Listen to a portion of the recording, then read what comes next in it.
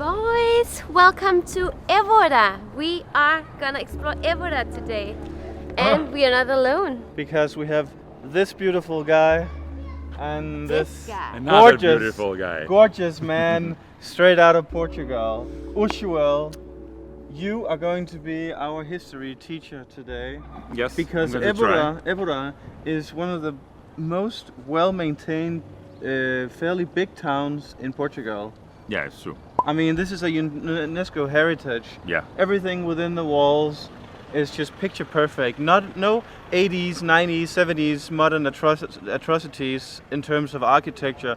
Everything is beautiful here. So one of the by far most quirky things that they have here in Évora is the bone chapel, which is, as the name says, a chapel of bones, and it's human bones. It's a bit scary, but Halloween is coming up, so it makes a lot of sense, you know.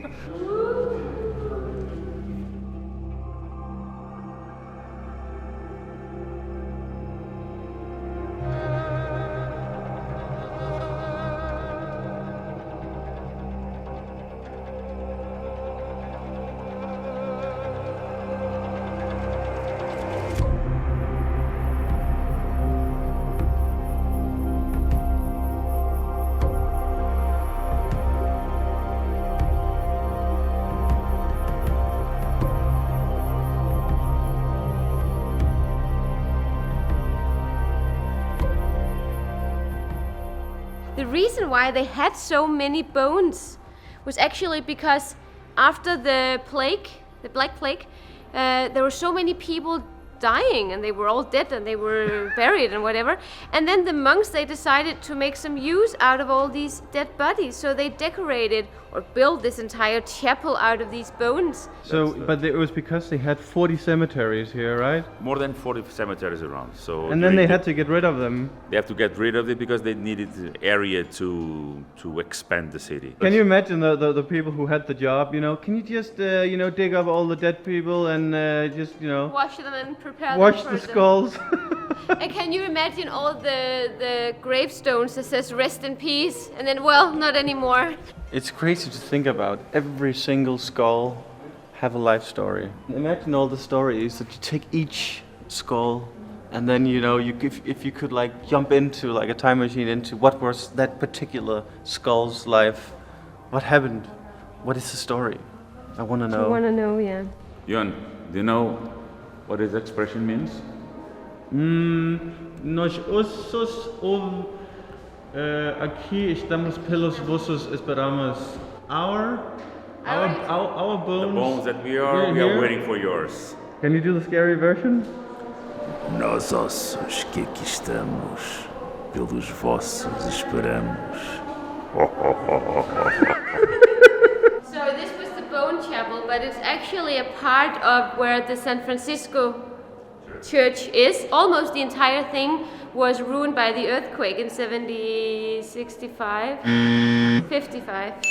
This is actually a photo taken from the reconstruction of the wall, and this was where they discovered this entire place that we are standing in. And in all these small chambers is where you found some of the religious art that nobody knew about. You can see here how it was. Oh, scary! And then you have these. This is original.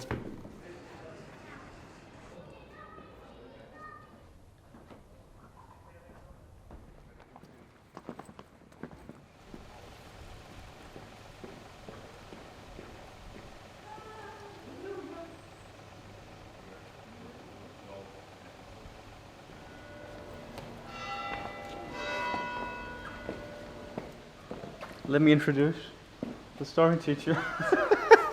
This cathedral was started to build on the 12th century and finished on the 13th century. So, but from the 13th century till the 19th century, suffered a lot of improvements, and you can Suffered a lot of improvements. Suffered. I mean, Usually improvements are good. No, but I mean suffer because when you go inside, it's no longer a medieval cathedral. Have you considered becoming a history teacher in school? No. Like first grade? No. First grade, yes.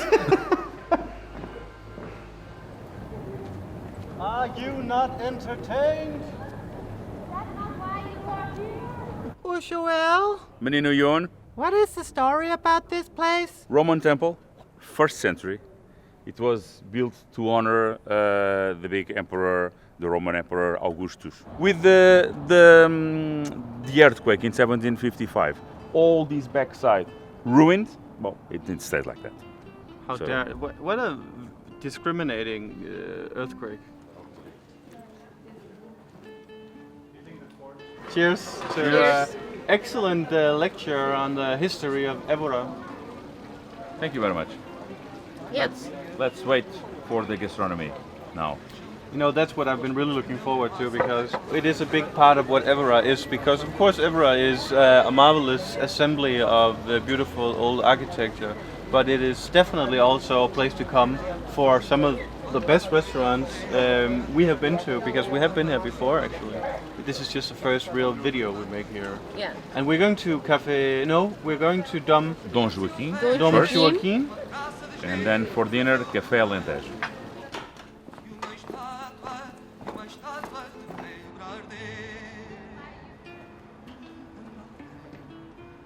I'm not saying you are fat, I'm saying you will be fat.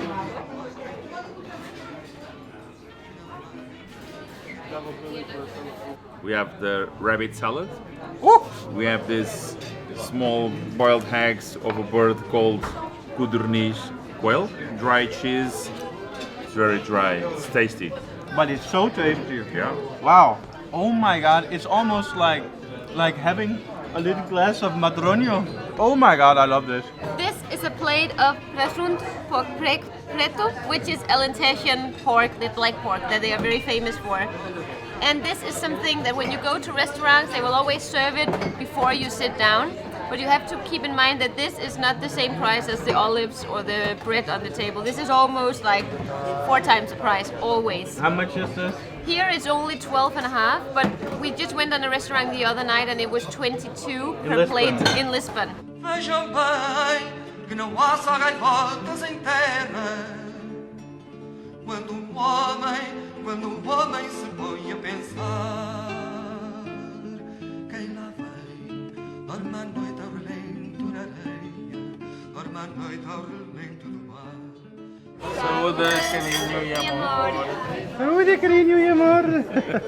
The highlight of the lunch has been served. This and I mean, not only is it good Alentejo food, it's bochechas. And these bochechas are the most tender one I've ever had. It's like, you don't even have to... Ever? What? Ever. Are They're you so serious? tender, you don't even understand it. Look at it, it's falling apart and it's so juicy. But Amalie, can you just, before you explode of joy, tell us what are we having here in Okay, I'm total? I'm having the bochechas a forno, which is pork cheeks, and it comes with the classical Portuguese mashed potatoes. And you are having the pork preto, Presas. and you are having the lamb chuels. Cooked on the oven, perfectly cooked. And Very you say good. you only eat lamb when you are in Alentejo. Yes. Why? Well, I can tell you that I didn't like lamb till maybe 7 or 8 years ago when I started to come to Alentejo more often. The lamb that we eat here, it's different from the rest of the country. I don't know. The way that they cook, I think it's a young lamb also.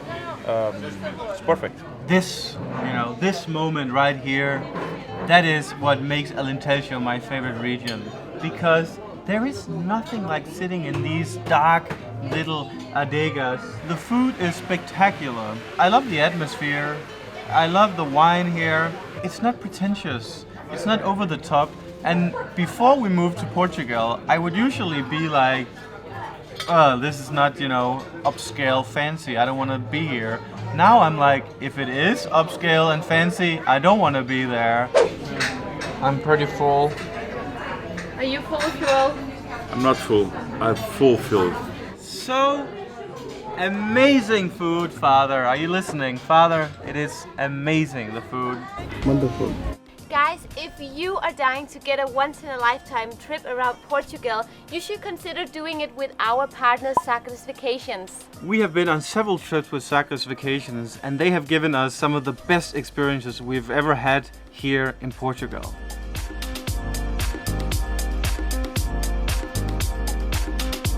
We have stayed accommodate so many beautiful places. And we have eaten and drunk so much deliciousness that it's even hard to understand. Look at the cheese!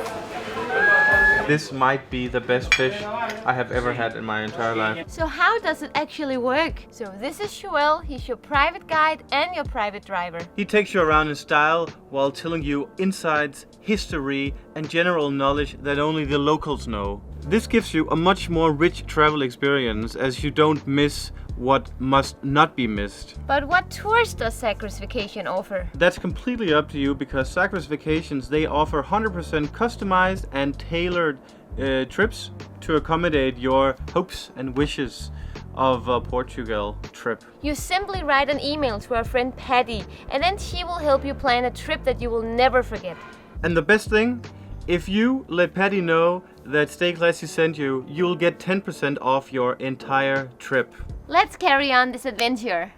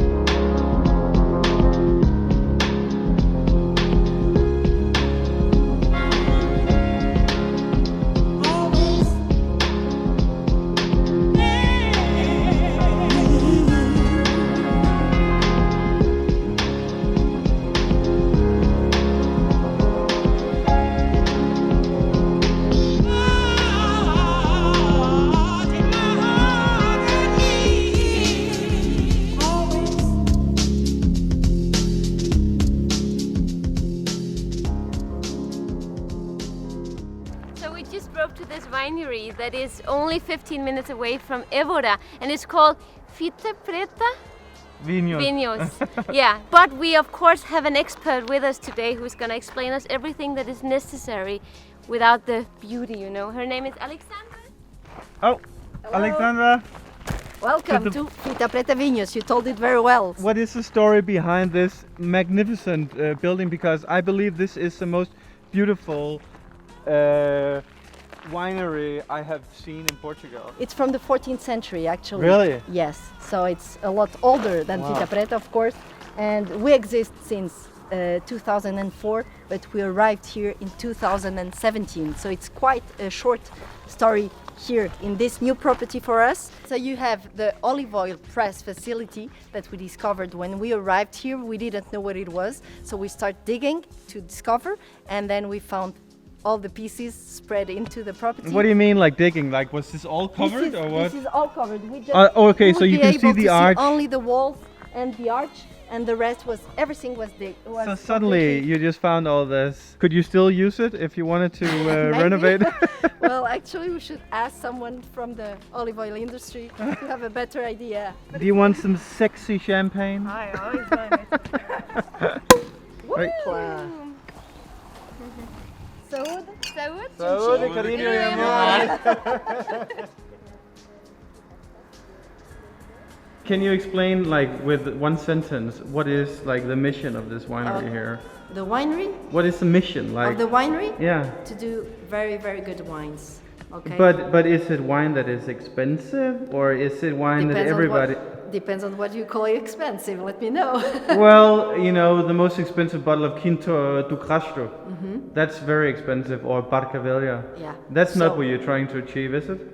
Well, we have some wines that are tending to go to these prices, and we will launch one wine within 2 months maybe, so it's going to be quite expensive, but I would say that we are medium-high wines. So one of the things that must have made this project even more interesting is that when they decided to dig down some of the walls in order to build this white wine room in here, they discovered these medieval doors that nobody knew was here. Like the people who sold them the property had no idea. It's very good job.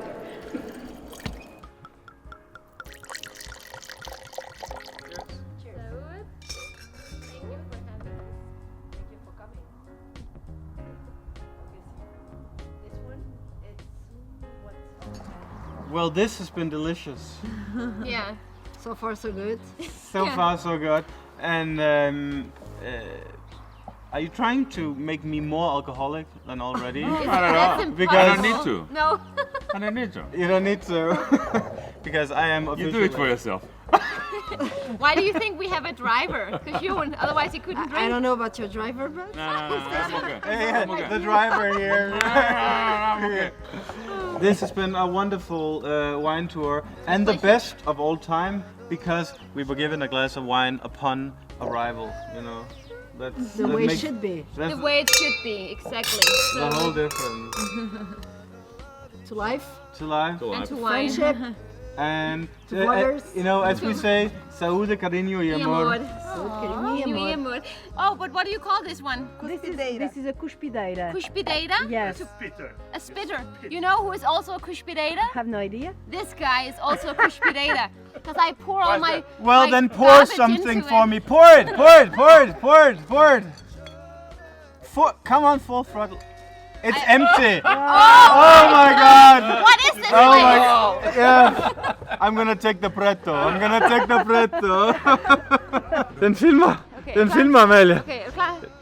Yeah. Guys, this was not planned to get this drunk, okay? But we just had so much fun at the vineyard, so now we are all plastered, except Joel because he's driving. I'm okay. You're okay. This wine place was so good. I'm like, I want to marry that place. But as we promised you, this video is about Alentejo food. And now we're going to the best restaurant in Évora. And we are gonna have the food that you must have when you go to Alentejo.